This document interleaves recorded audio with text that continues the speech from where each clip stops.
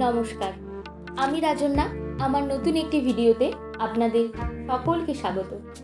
আশা করি আপনারা সকলে খুব ভালো আছেন ও সুস্থ আছেন। আজকের দিনটা ছিল একটু অন্যরকম, আর 4-5টা দিনের থেকে একটু আলাদা। আজ গিয়েছিলাম বর্ধমানের পল্লীগ্রামে জয় দুর্গা মায়ের মন্দিরে। এখানে মা মহিষমর্দিনী রূপে পূজিত হন। এটি এখানকার একটি প্রাচীন ঐতিহ্যবাহী পুজো। প্রায় 300 বছরের পুরনো এই পুজো।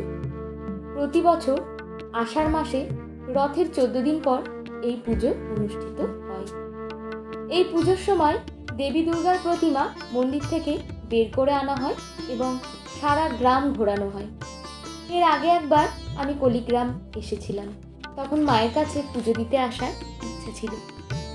কোনো এক কারণবশত মায়ের কাছে আসা হয়ে ওঠেনি। আসলে সবই তো তার ইচ্ছা। তার ইচ্ছা ছাড়া এই জগতে যে কিছুই হয় না। দেবীভ্যে নমঃ ঈদং সচন্দন পুষ্পম ওম তারাকালী দেবীভ্যে নমঃ ঈদং সচন্দন পুষ্পম ওম। পুজো দিয়ে বেরিয়ে মন্দিরের বাইরে দেখি আমার সেই প্রিয় ফুলের গাছটা। আচ্ছা, আপনাদের কার কার এই ফুলটা প্রিয়? আমার তো খুব পছন্দের একটা ফুল, দেখলেই মন যেন ভালো হয়ে যায়। আজকের ভিডিওটা এই অবধি। আবার দেখা হবে অন্য কোনো নতুন ভিডিওতে। ঈশ্বরের কাছে প্রার্থনা করি আপনারা সকলে খুব ভালো থাকবেন, সুস্থ থাকবেন এবং সকলকে ভালো রাখবেন।